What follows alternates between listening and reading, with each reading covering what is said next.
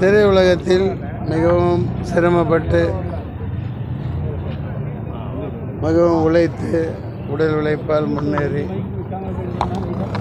சினிமாவை மட்டும் நம்பி இராது தினமும் ஏதாவது வேலை செய்தாக வேண்டும் என்ற சூழ்நிலையில் மேடை நாடகங்கள் தினந்தோறும் மேடையிலே நடனங்கள் என்று தமிழகம் உலகம் முழுக்க வலம் வந்த ஒரு மாமனிதன் பொண்டாமணி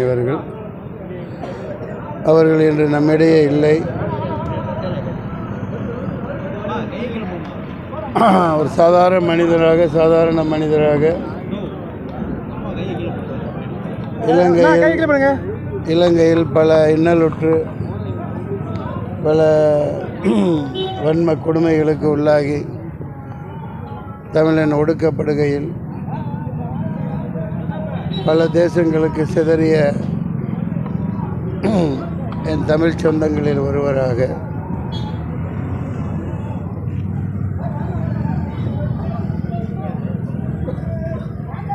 பொண்டாமணி அவர்கள் இந்த திரைத்துறையை நம்பி சென்னைக்கு வந்த மனிதன். அவருடைய உறவினர்கள் எல்லாம் லண்டன் வெளிநாடுகளில் மிகவும் சிரமப்பட்டு வாழ்க்கையில் முன்னேறி ஒரு வசதியான நிலைமையில் இருந்தாலும் தான் மட்டும் தன் குடும்பத்தோடு இங்கேயே தங்கி ஒரு நடிகனாக பரிணமிக்க வேண்டும் என்று மிகவும் போராடிய ஒரு மாமனிதன் நம்மிடையே இல்லை. மிகுந்த வருத்தத்தை தருகிறது.